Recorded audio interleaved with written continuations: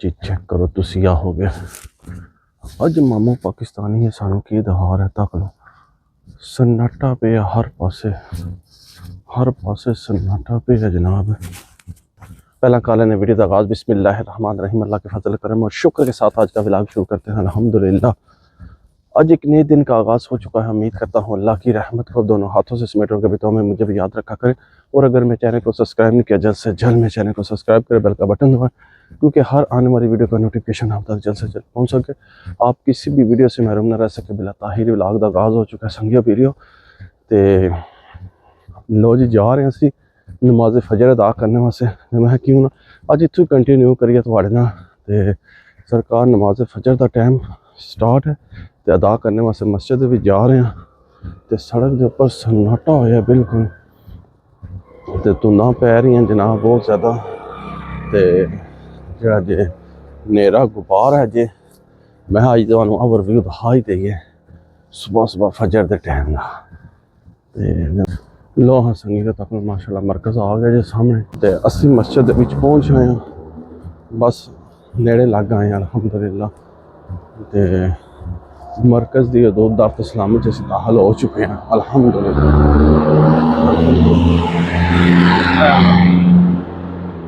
लो हाँ संगीत तक मस्जिद विच असीं पहुँच आए हैं तो हुण असीं अंदर चलने हैं, चल के सुनता शुनता अदा करिए तो इंशाअल्लाह ताला फिर कंटिन्यू करने हैं।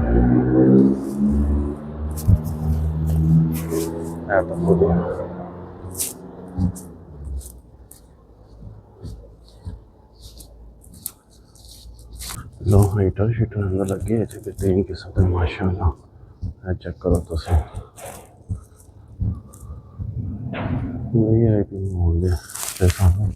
सुनता शुनता पढ़ लैन दो तो फिर इंशाअल्लाह नमाज तो बाद मिलांगे।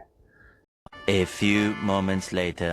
लो मेरे संगियो चेक करो माशाअल्लाह नमाज पढ़ के असीं निकल आए अल्हम्दुलिल्लाह तो रोशनी हो गई काफ़ी। जिले तक लोग गया तो नेरा पे सी तो हूँ काफ़ी रोशनी हो गई है, सुबह हो चुकी है। हूँ बंदे अपने अपने कम्मा काजा ते सब जड़े ना अमल दरामद मसरूफ हो गए तो बट साहब जड़े जे ना साढ़े वो सुते जे माशाअल्लाह बट साहब सुते जी आदे से मैं मस्जिद आवागा तक लो तुहानू मैं इन्हों दस छड़ा कि तक लो मैं मस्जिद आया मैं बट साहब को नहीं आया। हम बट साहब जड़े चिल कारण लगता उन्होंने अख नहीं खुली होनी। लो जी चेक करो माशाअल्लाह सुबह का एक जरा ना अपना ही कैफ सरूर होंदा है तो अपना ही नज़ारा होंदा बाबा जी जी नमाज फजर के टाइम पढ़ के निकलो ना इदा अपना एक नशा और अपना एक गहमा गहमी आती है सारी। तक जो मैं इतने गया गली च नेरा गुबार सी कि भी जरा ना नज़र ही कोई शै नहीं सी पी आती जिस वीडियो भी देख ली होगी तो हूँ देखो माशाअल्लाह किस तरह रोशनी हो गई है अल्हम्दुलिल्लाह। पता लगता है कि सुबह तो 10 बज गए जिस तरह समझो ये स्यापा पै गया मैं जिंदगी पहली दफ़ा जी कम मैं तुहानू दस ना तुम देख के खुद परेशान हो जाए। तको मोटरसाइकिल साढ़ा रात ही बाहर खलोते हैं, रात का बाहर अंदर ही नहीं किया है मोटरसाइकिल। तुसी सरकार के भी सोच नहीं सकोगे कि भी मैं कितना शौक हो गया कि मोटरसाइकिल रात का बाहर खलोते हैं। मैंने पता ही नहीं जाने भी नहीं मैं देखा नेरा से मैं निकल गया तू पर ही बोलो और अल्लाह पाक ने बचा लिया जनाब। परेशान कर छड़िया कि मैं शॉक हो गया। मैं आया गली च बीच पहुंचा मैं ही कि मोटरसाइकिल खलोते हैं वो देखा तो मेरा अपना ही मोटरसाइकिल खलोते आए थे।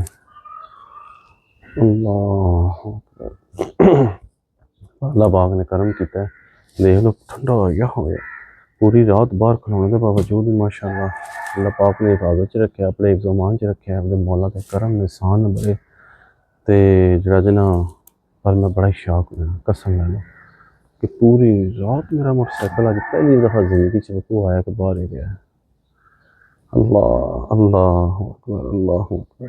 पर कोई नहीं, रब दा माल है, उन्हें दिते, उन्हें पता लाल पैसे नाल आए हैं, उन्हें हिफाजत फरमाई। अल्हम्दुलिल्लाह सुम्मा अल्हम्दुलिल्लाह। ते बहुत शौक है, कसम लै लो। ये देखो, पर चलो कोई गल नहीं, हूँ अंदर पे करना, हूँ तो वैसे भी सुबह हो गई है, ताला खोलने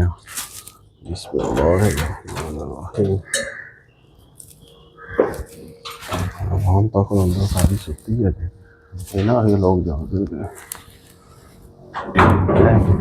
तो गए बंद। मामू पाकिस्तानी आ गए जी अंदर, तो हूँ जनाब असी चलने ऊपर।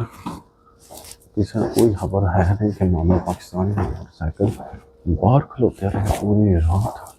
अल्लाह ने अपने ज़मान च रखे अल्हम्दुलिल्लाह। ऊपर थले नेरा ही नेरा तो नज़र आएगा, रोशनी की कोई किरण नहीं नज़र आएगी संगियो, तो कोई किरण नहीं नज़र आएगी। अल्लाह अकबर अल्लाह अकबर। किरण नज़र आ गई है ना, रोशनी की। लो जी असी बत्तियां शत्तियां पाल दित्तियां ने, ते हुण असीं तलावते कुरान पाक करांगे, सूरह यासीन पढ़ांगे। अल्लाह पाक दा बड़ा एहसान जैन ते फिर ही काम, उस मालिक दे बड़े करम ने, उन्हें अपने हबीब दे सदके मेरे मोटरसाइकिल की हिफाजत की। ते अजकल तो एक पैन भी बाहर सट्टो ना, वो भी नहीं छड्डदे लोग। तो मोटरसाइकिल मेरा पूरी रात बाहर खलोता रहा। ये सारा उस मालिक का करम है अल्हम्दुलिल्लाह। तो मैं उसकी बंदगी कर। Many hours later. लो संगियो, तक लो दुकान ते पहुंच आए जे, ते भट्ट साहब सरकार अज पूरे फार्मा विच तक लो ब्रिटिश बने ने। तको जी बूटां तो लैके ना तुहानू भट्ट साहब दे ट्राउजर तो लैके ते टॉप तक तुहानू दा हाथ छड़ा सारा ही नीला होया बाबा जी। सब यूके दा माल, सब यूके दा है जी, यूनाइटेड किंगडम। वाह, सारा माल यूके दा पाया। ते सरकार सर्दी का माहौल शुरू हो गया ना, तक लो जनाब अमरूद शुद्ध जेड़े जिन्हें पे जे कट्टी जा रहे हैं, काला नमक पे अजे, ते इंजॉयमेंट हो रही है। 3-4 महीने मेरे चाचे जी पहला आए थे, 3-4 महीने पहला के वो कपड़े शपड़े लैके आए न, ते आज ठंड शुरू हो गई तो मैं पालो यही गल है, सही कीता 100% सही किया जी। मैं उन्हें क्या बात है जी।